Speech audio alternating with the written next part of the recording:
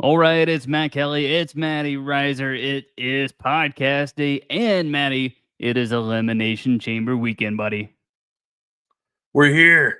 Tons of steel, unforgiving metal. Here is the road to WrestleMania. I am pumped to be here, Matt Kelley, at WrestleMats. We were talking just a little bit before we broke the mic here, and Matty, I don't know about you. No, I know that this is, as titled, an Elimination Chamber prediction show. I don't know how good I feel about my predictions, man. I think WWE has done a pretty good job here of making this card kind of unpredictable. I don't know if you saw over the past couple of days on X over there on Twitter. I went down a little bit of a rabbit hole of theories about who might be winning some of these matches, man. So, how do you feel about your predictions? Because I'm kind of uneasy about mine. Yeah, I have no idea. I say they've dropped so many breadcrumbs or seed planting to where we think we have an idea of what the road to WrestleMania and what we're getting as a payoff, but it's still such a shit show. But it's exciting. 4 matches are going to get plenty of run time, and it's the chamber, baby. All sorts of goodness coming our way. Yeah, I think that's kind of going to be the new format going forward here for a lot of these PLEs that aren't WrestleMania. You're going to get 4 or 5 really good quality matches that are given their time to do what they need to do. So if you get an hour-long chamber match, that's what you get. We got time for it now because we're not trying to squeeze in some 2, 3, 4, 8-minute match, somewhere else down the card. So that is all of today's show is purely just predictions. So we're going to get right into it and start with the WWE Women's Champion, Tiffany Stratton, teaming up with Canada's very own Trish Stratton. Now, Matty, I'm never going to fight a Stratisfaction Saturday. And that's just what happens. Elimination Chamber just falls on Stratisfaction Saturday. So what are we to do, man? Dude, this is the time we get Trish coming back to her hometown in her 50s, looking like $100, $100, and she's teaming with Tiffy Time. This is a big rub for Tiffany Stratton in this tag match. And you've got, of course, Candice LeRae, Nia Jax. They've been getting the upper hand the last couple weeks. It makes fun for what we're going to see as this finish of this match and where this leads Trish as we head towards WrestleMania. Yeah, so we talked about it during the Royal Rumble a little bit, and I said, I wouldn't be super shocked if Trish was able to carry in some sort of program heading into WrestleMania, but I don't 100% know that that's what this is meant for, or if this is meant more towards closer to, the end of things for Trish, being that it's in Toronto and that sort of thing. But yeah, you mentioned it, Candice LeRae, Nia Jax getting the better end of things the last couple of weeks on SmackDown. Now, obviously, we're recording before this week's SmackDown, so we're not going to be quite sure what plays out there. But let me bring up my one concern that I have with you, Matty, about this match. And I don't ever want to pick on or single out a specific talent here, but I have a little bit of concern about Candice LeRae in this match. Let me tell you why. So a couple of weeks back, she had the match with Alexa Bliss. Now, it was Alexa Bliss's first match back in a couple of years, And so you could chalk up that match to a little bit of ring rust, right? Last week, she had the match with Tiffy. This match was, I think, like a 2 or 3 segment match. I mean, it was a pretty long match by SmackDown standards. And it was better, but it was still a little clunky here and there. So my worry is with the size difference for Candice, the not necessarily rust for Trish, but like a little bit of rust, right? For Trish. I mean, she's only been in there. I think her last match was actually against Becky last year, right? And so I just worry that if she is given kind of the bulk of the time in this match, that there could be some clunky spots. I get that vibe with Candice LeRae. She hasn't really proven me. I know she's been the speed champion and tag champ, right? But she kind of seems like a second fiddle to Nia in this match. And just in general, I don't know if I put her even with the Chelsea Greens or the whatnots of that mid. No. So to me, I don't know. I think she is the weak link. I think Trish, even if she doesn't, somebody's going to have to carry this match. That's the important part. And it's going to have to be probably Tiffy. I think she's going to have to outshine everybody. And it's going to be I don't know if it's overcoming what it is, but you're going to get, Trish is going to get those high spots in Toronto because it is her 25th anniversary in the WWE. She deserves it. But yeah, Candice LeRae is definitely the wild card of this bunch. But hey, you never know. In a couple days, we could be saying she was MVP of this match. Absolutely. We just don't know. I mean, I've seen clips of where Candice can actually go, but I think what I'm kind of wondering is with how WWE is kind of moving forward these days with house shows. There's not nearly as many house shows as there used to be. Candice really hasn't been on TV in a match capacity as much over the last, say, 6 months. I mean, she's been on there, she's had matches, but it isn't like every single week. And so, yeah, I mean, I'll be curious. I'm hoping for the best here, but as for the match itself, let's try to break this down, pick a winner. This one seems like the most gimme match on the card. You got the WWE Women's Champion needing to be set up looking strong for WrestleMania. You got Trish in her home country. Unless Charlotte Flair gets involved somewhere here, I think this one's pretty cut and clean. At least that's how I got it drawn up. What about you, Matty? Yeah, I agree. I think Tiffy, like I said, she's got to be the star of this match. Oh, she's going up against the Queen, Charlotte Flair. This is a big shoes to fill. We want these ladies to kind of move to that upper echelon with the Baileys, the Biancas, the Rhea Ripleys. Tiffy has her opportunity to kind of prove that here. And then, yeah, hopefully Trish, obviously she's going to have a huge ovation. And I would love to see her at WrestleMania as well. Maybe start planting the seeds for a story for that as well. Yeah, I wouldn't be shocked. And I mean, maybe they do lose, and maybe it's because somebody gets involved with Trish, and maybe this is going to end up being her last WrestleMania or something like that. But for now, I got Tiffany and Trishy time here to kick things off on this Elimination Chamber prediction card. So let's move on to Kevin Owens, Sami Zayn in an unsanctioned match. It is not official, Matty. It is unsanctioned in the words of Adam Pearce. Now, before we get the segment that we got between Cody and Rock, which we're obviously going to talk about here later on in the show, but before we got that segment, I had a little bit of an inkling. I was like, man, Kevin Owens, Sami Zayn could actually main event this thing. Both guys being Canadian and, I just something about this rivalry that is kind of renewed. It's a little bit fresh. Like, yes, they've been intertwined for so long, but I really think, again, kind of, if it wasn't specifically the Elimination Chamber, this match would actually have a shot at being a headlining match. Yeah, these two steal the show anytime they're in the ring. They're two of the best storytellers in the WWE right now. Now they go to their hometown. We were talking earlier, and I couldn't believe it. I guess I could believe, but these guys have had 7 matchups between each other throughout WWE. So this is storytelling at its finest. But I just don't know if you have Kevin Owens go over Sami. Where does Sami lead? Here we are again. I'm trying to figure out, how does this affect WrestleMania? Because this is a match that maybe I thought we would get at WrestleMania, and now we're getting it at the Chamber. So where does this lead for each one? Yeah, I don't know. I don't know who wins. I don't know the outcome of what this does. Does Randy Orton get involved? So many questions. Right. I mean, we were having that conversation when we were recording, back a couple weeks ago when Raw was going off the air, and we actually were recording as Sami Zayn got that package pile driver delivered from Kevin Owens, and we were like, oh, there's WrestleMania. And then they're like, oh, no, it's not. It's at Elimination Chamber.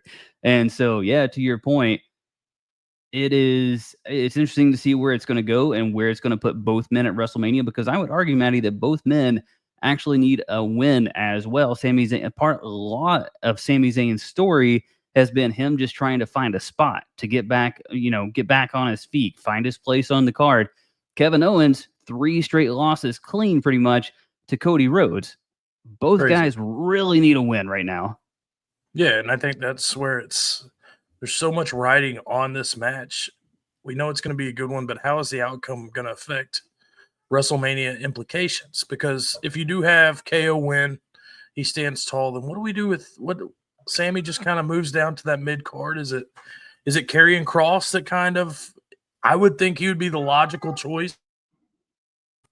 It's just so much. Randy Orton, Karrion Kross. What happens with these two? And I've got a cat that's deciding to meow nonstop. So it's very obnoxious. I was like, She said, "This isn't Mondays." I was like, "Is your house haunted, man?"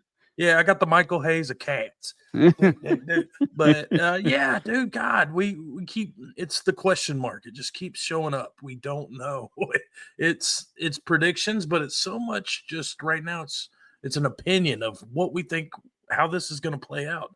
And like you said, we don't know what the hell's going to happen between these two. Karrion Kross's character has become more and more interesting as I think more and more people are paying attention that everyone that he gets involved with eventually has some kind of hill turn that, happens somewhere down the line. And maybe they don't cave in to Karrion Kross's once at the time, the way that he was trying to get, Xavier Woods to come over and leave Kofi Kingston. But all of a sudden, New Day turns. And he's had that happen with Shinsuke Nakamura and a few more characters. So anytime Karrion Kross pops up on screen, it's kind of worth paying attention to now. But as far as this match goes, Sami Zayn, Kevin Owens, unsanctioned as it may be, who you got here, Matty? I'm going to go Kevin Owens. Like you said, I think he needs the win. I think this puts him on the right path to either move on from Sami Zayn or get that big win that I definitely think he needs. I don't think Sami needs it as much as he does at this point, coming off of, a hot IC title run he had this following year. So I think, yeah, give it to KO. Regardless, it's going to be a banger. I think it's either Kevin Owens or there's an outside shot that it's also maybe a non-finish. And this does actually carry on to WrestleMania. That's kind of the other conclusion that I can see. But my gut says Kevin Owens finds a way and he uses this as his momentum, as his springboard to go out and have another big WrestleMania. So let's get into the first of two chamber matches here, Matty. Now, I've actually been to an Elimination Chamber match way back when. This is when it had been off for a couple of years, and then they brought it back. And I don't know if you remember this, but they announced it, and they were like, "Oh yeah, by the way, there's this PLE coming in 2 weeks. We're bringing the Elimination Chamber back." I remember sitting on my couch like, "Wait, what?" And I was living in San Antonio, Texas at the time. They put it in Corpus Christi. I bought some nosebleed seats and got my ass down there to see Elimination Chamber. It's quite a sight to behold. But man, this thing takes forever to lower down over the actual ring. So I think it's going to be a lot like the Royal Rumble. You'll have one at the front of the PLE. You'll have one to close it. And I imagine this one's probably going to be the one to open it. And that is the Women's Elimination Chamber. Winner goes on to face Rhea Ripley. In theory, she does defend her title next week on Raw against Io Sky. But in theory, to face Rhea Ripley at WrestleMania, you got Liv Morgan, newly crowned tag team champ. Liv Morgan for a third time. Bianca Belair, Naomi, the team in which she defeated, along with Raquel Rodriguez. So Roxanne Perez also in this match. Bayley and Alexa Bliss. Matty, I've got some logic in which the direction that I think this thing is going to go, but I'm going to bat you the ball first. Break this thing down. You got to get lean. What do you? Okay. So this is probably if you blindly could just pick and say this is the match I want for Rhea, who would you pick? Man, that is tough. I can't like just say what I don't think there's enough story told with Bliss. They're coming back. I don't think it's the right time. I think we need more. It's tough. Roxanne, maybe. I mean, that's a huge skyrocket right there with the Prodigy, and we're already getting that with Tiffy Stratton, kind of. So I don't know if that fits. I mean, Bayley, maybe. She maybe looks like the most logical choice, but then she's also feuding with NXT talent and whatnot. Right. I don't know. I want to say, and Liv Morgan's on fire. Yeah. Let's go Liv. I think I think it's drawn out, but I think she's probably the number one out of this group trending upward. I think she stole the show in WWE for the last, 6 months. I actually think they're going to be hard pressed to run it back with Liv Morgan so soon, because that feud lasted for a good chunk of last year, all the way up until Raw on Netflix, right? In which Rhea took the title back. So I think they're going to be hard pressed to actually run it back with Liv Morgan so soon. And I sat here and played the game of matchups and math and all the possibilities. The same thing that you're doing. I didn't go through it on Twitter the way that I did with the possibility of the men's, but I'll go through a little bit of it now. So I think Roxanne and Bayley is actually going to be the matchup at WrestleMania. So I think they cancel each other out a little bit. Okay. I think Bianca and Naomi is going to run its course in the cage, in the chamber itself. And I think they're going to cancel each other out. So if you look at it from that point, you come down to Liv Morgan and Alexa Bliss. I just said I think they can't run it back with Liv Morgan. So it leaves me obligatorily with Alexa Bliss, but I'm in the same boat that you are, that I think you have this whole other story going on with the Six, with Howdy, with how that's going to play out. She just had the promo. I mean, it was very, the background of that vignette that they cut last week was very much like the Wyatt door, with the lights and stuff coming Right. through. She said, "I'm in charge," which is a very familiar phrase there with the Six. So that leads me to believe something's happening with them at this PLE. But I don't know, man. I don't feel good about it. And then you think about the stature of Rhea Ripley, the stature of Alexa Bliss. I think you could maybe go into that supernatural sort of realm. Right. She really gets embedded deep into the Six and that plays itself out. Then you got a little bit more of a story, but we just haven't seen it on screen to this point. When we have a month and a half till Mania. So we have 6 weeks, Yep. 7 weeks Yep. to maybe tell a story with Bliss, because you're also going to get Rhea Ripley defending her title the Monday after the Chamber. So Right. you would think she would retain versus Sky, but maybe I think that might be logical. You have something with, Rhea Ripley having to deal with the Wyatt Six and Alexa Bliss. That might give, it might be good. It'd be good for TV, I think. I just don't know what route we're going with this. Is there any chance that there is a non-finish on Monday and Io Sky works her way into some sort of triple threat? I think that's possible. She's it's tough, man. I think that would be it would be something different, because you're worried about what we're going to get with Rhea Ripley, because she is so dominant. And like you said, the Bliss thing is kind of worn out its welcome. So where do we go from there? And I mean, Bliss does make the most logical sense. Maybe she she wins and then gets interfered with that match on Monday night between Sky and Ripley. Who knows?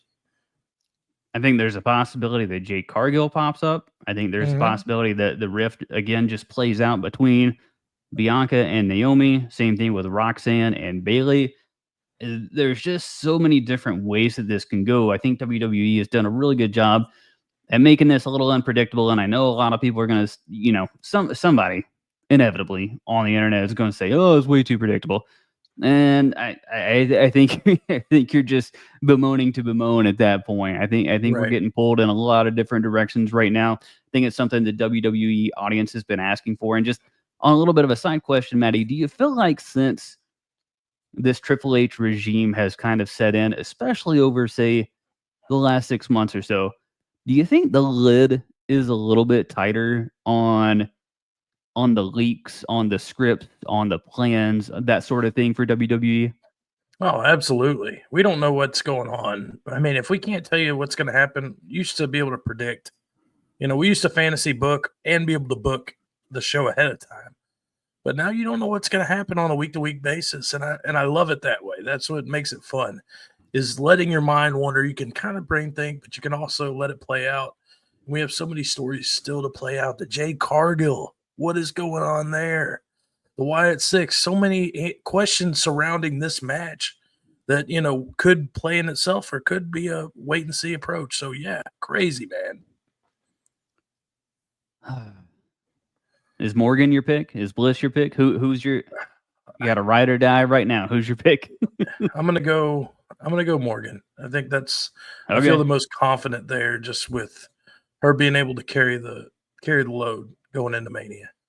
That's fine, and I can see the story of two belt Liv or something to that effect. So I will stick with my gut, because the pain of being wrong is worse. When you go against your gut. So I am gonna go with Alexa Bliss and see where that ends up.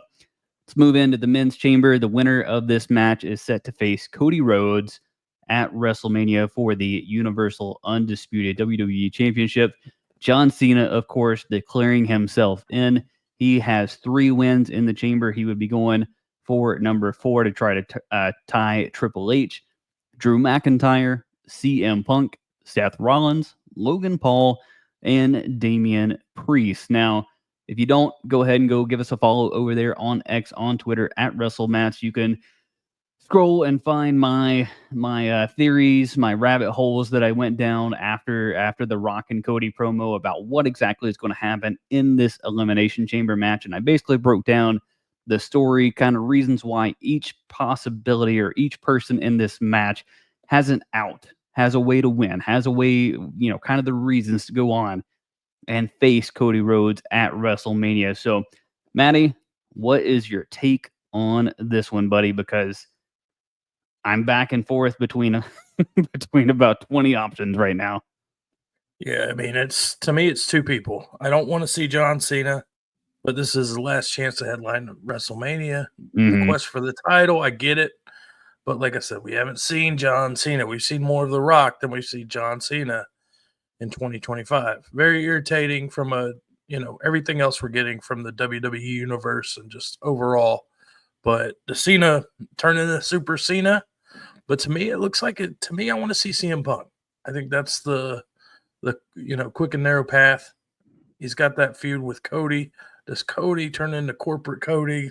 How does this work? But I would love to see CM Punk get the win here. And then I've heard, some of your theories as well as seen some else that make a lot of sense and could maybe set up some feuds with, Roman Reigns, Seth Rollins, other guys. Mhm. So I'm excited. But yeah, I'm going to go with CM Punk here. Yeah. If you start going down the rabbit holes of theories and how everyone is speculating and all the nuances and things that are being played out, even as we were watching Monday Night Raw this week, I sent you a text because Logan Paul and CM Punk had an exchange, and I was like, "Oh man, is this heading for WrestleMania?" And then Logan Paul has an exchange with AJ Styles later in the night. I'm like, "Oh, okay, maybe not. Maybe that's where that's going." And it's super hard to tell, but oh, Matty, Well, Friday you've got really threw.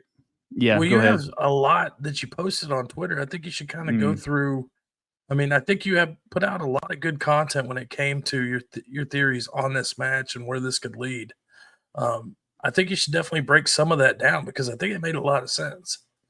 Yeah, I'll give a little bit of it, and I will just say, and this is no disrespect to Damian Priest whatsoever, but I think that would come out of left field really, really hard. I think he has the longest odds to win this match. I think something weird is kind of going on with Damian Priest in terms of him just finding his footing over there on SmackDown. Grant you, he was just in the main event there with Braun Strowman this past week, but it still feels like it's not the Damian Priest that we saw kind of over the last year. Logan Yeah. Paul, I think Logan Paul actually has better odds than Damian Priest does. I know that's hard to say, but I do think he has better odds than Damian Priest here. But I think it really narrows down to John Cena, Drew McIntyre, CM Punk, and Seth Rollins. Now, Seth Rollins obviously has that storied history with Cody Rhodes. We just saw it play out this past Monday on Raw. Seth trying to talk him out of, basically selling his soul to The Rock, right? They went through all of that last year at WrestleMania 40 together. So all of that is there built to see one of them kind of turn on each other. Drew McIntyre, man, Drew McIntyre is in a bad way right now. All his supposed built up rage costing him win after win after win on SmackDown. We just saw it to Jimmy Uso the other week. John Cena, I think it would be fun. It would be fun if this is how he turns heel, but my gut says John sells way too much merchandise. John Yeah, sells can't do way too much merchandise here on the old retirement tour. He hasn't been healing forever. I can't imagine. I mean, I can't imagine. What if he Uh, gets booed coming into Toronto for not being? How crazy would that be? yeah, it would be crazy, but I don't think it's happening. It would be Yeah. crazy. But I'm with you. CM Punk. Mhm. CM Punk is my most logical here for this win for the opponent for Cody Rhodes. And I even threw it out there, and we'll just mix in our last topic into this match because I think they're really intertwined. I think they Right. go hand in hand, and I'm really interested to see where they place the interaction between Cody and Rock on the card. If it's at the very end, or if it's before this match. And I think it can play out so many different ways, but CM Punk taking up The Rock and selling his soul and becoming corporate CM Punk is the one that I could see that would get the most heat. It would bring out the most natural heel Punk, and it would give us this crazy, crazy timeline of where, I mean, CM Punk and The Rock haven't always had the kindest words about each No. other, on screen or off. They seem to be okay now, but on screen or off, right? They haven't had the kindest things to say about each other always. And so to see that stark contrast between these two come together for a common cause, CM Punk to headline WrestleMania, The Rock to keep his control and show Cody that he is in fact the final boss, to me, that's the story. That's the moneymaker.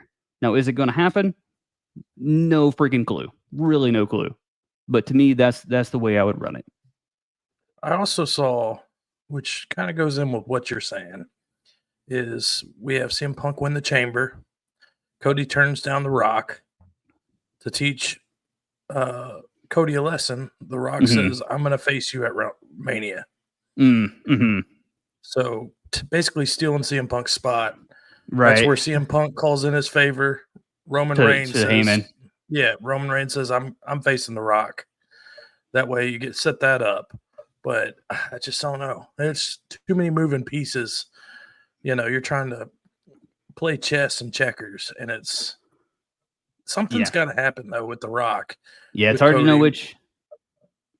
Go ahead. Yeah, I just don't know. And then where does that leave Rollins in all this? Right. If you put The Rock with Roman, then where's Rollins fall into this? Because I feel like Damian Priest and McIntyre are kind of on a collision course for a Mania match. With the interesting. Because you had to cash in on McIntyre from 40. Okay. Yeah. And then you've kind of seen them go back and forth. You've seen Damian Priest eliminated McIntyre in the Rumble. Mm-hmm. So I think that would kind of I'm not trying to be logical here, but it seems like that would be the move to make. Because you're not going to put Rollins with McIntyre again or Punk with McIntyre again. I wouldn't think. No, I don't think so. I don't think so either. So kind of what I was saying too over on Twitter, over on X, is that if you have corporate CM Punk kind of follow through with this storyline, then you get the eventual match that you and I have been talking about for weeks on end that we really want to see with Seth Rollins, Roman Reigns, that one-on-one at WrestleMania. You had that double stomp. We haven't seen Reigns since. So I think that is still very much in play as a WrestleMania match. And if you have The Rock, kind of wielding his power and giving his spot in the family, if you will, a little bit to CM Punk, then that actually gives Roman Reigns a reason to go confront The Rock. And so for me, that actually makes a more compelling story than we would have gotten at WrestleMania 40. I know a lot of people wanted Rock Roman at WrestleMania 40 just to have the dream match, and it never really got legs, obviously, after Cody winning the Rumble and pointing at Roman and all the things, right? It just never got the legs to keep going. And if you then have Roman with a reason to go confront The Rock, maybe that gives us a little bit of hope heading into 42 that match actually happens. Yeah, I think that makes more sense because you can't leave Roman Seth off the table at this point. The Rock can kind of be your long-term storyteller. I love the idea of Punk being heel because he eats people alive on the mic as it is, and you give him that little bit of swagger as a heel, it'll be off the hook. And yeah, I mean, like I said, Logan Paul, Cena sitting right there in the middle. If they could go back and forth in promos on the way to WrestleMania, that would be iconic as well. Yeah, I do think, we got the interaction with Logan Paul and CM Punk on Monday Night Raw. It was okay from Logan, but I think if they truly give Logan Paul and CM Punk 6 weeks to WrestleMania, and that's the program, I think Punk's going to eat his lunch, man. I really do. No, I really think Punk's going to eat his lunch on the mic, and it's gonna look bad. Just from the standpoint that you really aren't going to feel like Logan has a chance to win at WrestleMania. I think the in-ring product would probably be okay with Logan's athleticism and stuff like that. I just don't know that the build would be as fun. But let's just intertwine one more thing here with Cody and The Rock. Do you think that there is any chance that it is just kind of the cleanest route that Cody says, yeah, I'm in? Whoa, that's not even been on the table for me. Oh, So okay. I mean, it does. You're going to eventually run out of guys for Cody to face that are Sure. heels. Right, We're kind of right. running into that moment right now in the main event level. He's feuded with, feuded with Rollins. He's feuded with this. So it's tough, man. Because if he does make it, but I mean, eventually you got to evolve that character. So as a heel, I just don't know. Him and The Rock just makes me like cringe. I like the Punk idea way better. Punk as a heel Yeah. facing Cody than I do Cody as a heel facing a babyface Punk. Yeah, that's my gut. But I mean, if you go, that is why I love Twitter. That is why I love X, is because you can get so many different ideas from everybody. Now, some of them are completely far fetched, and people are just wanting to see their favorites, and I totally get all that. Yeah. But if you try to logically leave some breadcrumbs to get you to the table, to get you to the dance, to get you to WrestleMania, really, it's like it's really trying to forecast. Okay, what program can set us up, take us all the way to WrestleMania? It could be Drew McIntyre. Drew's doing some fantastic work. I think the card is just really crowded at the top right now. Don't think it's McIntyre. Don't think it's Paul. Rollins has already ran that game. And so, kind of leaves us down that road with Punk. And I do think that's the most interesting. So if you and I both have Punk winning, just as a little teaser, Matty, where does it leave Cena? Yeah, I don't know. But that's the nice part. There's so many good mid card guys right now that I don't think you have to have Cena in the main event. I think you need Cena to be on time and available first. We've talked about it in previous episodes, Yeah. man. The mid card is stacked. Yeah. I don't think it's necessarily who, it's when. When Cena shows up, who he shows up against, you can put him against Breaker. You could put him against Sami Zayn. You could put him up against any up-and-comer. And I think that just having Cena hang with somebody who's on the upper echelon on their way up would speak wonders for Cena moving forward. And like I said, don't discount that, IC championship run. Get that whole – go ahead and get that backgammon of all the titles under his belt. It's going to be interesting because everything that we've seen Cena in of late has not been, really a test to his endurance. So we had the match with Theory, was at WrestleMania 39, out there in San Francisco, and I think it was about a 13-minute match. And after that in a presser, he's like, that's what I have now in terms of in the tank. That's what he has. Now, could John be underselling? He could be. He's still in fantastic shape. I think John can probably still go. But if that's what he has, yeah, we need to see it. Then I'm a little bit concerned because it's not the same as being in the Royal Rumble. It's not the same as being able to take breaks in an Elimination Chamber match or in a tag match or something like that. So very, very curious of where it leaves Cena in a one-on-one situation. Yeah, and I think I'm just disappointed so far. So once we get Cena back and he's in the thick of things and he's doing storytelling and we're seeing him actually wrestle matches, then it'll be a different thing. But now it's just kind of a wait and see and hope for the best. When he does come back, he's all gas, no brakes.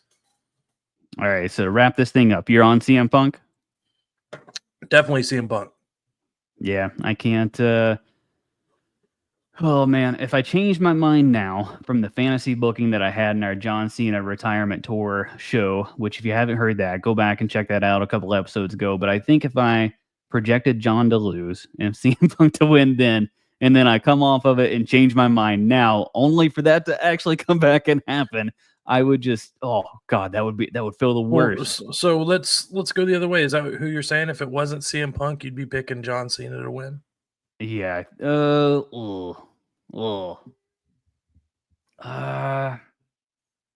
Yeah, I think so. I think if I just broke down the odds of who's gonna win, my gut would say CM Punk first, and then John Cena second. But then you have to tell a completely different story, right? If John's winning.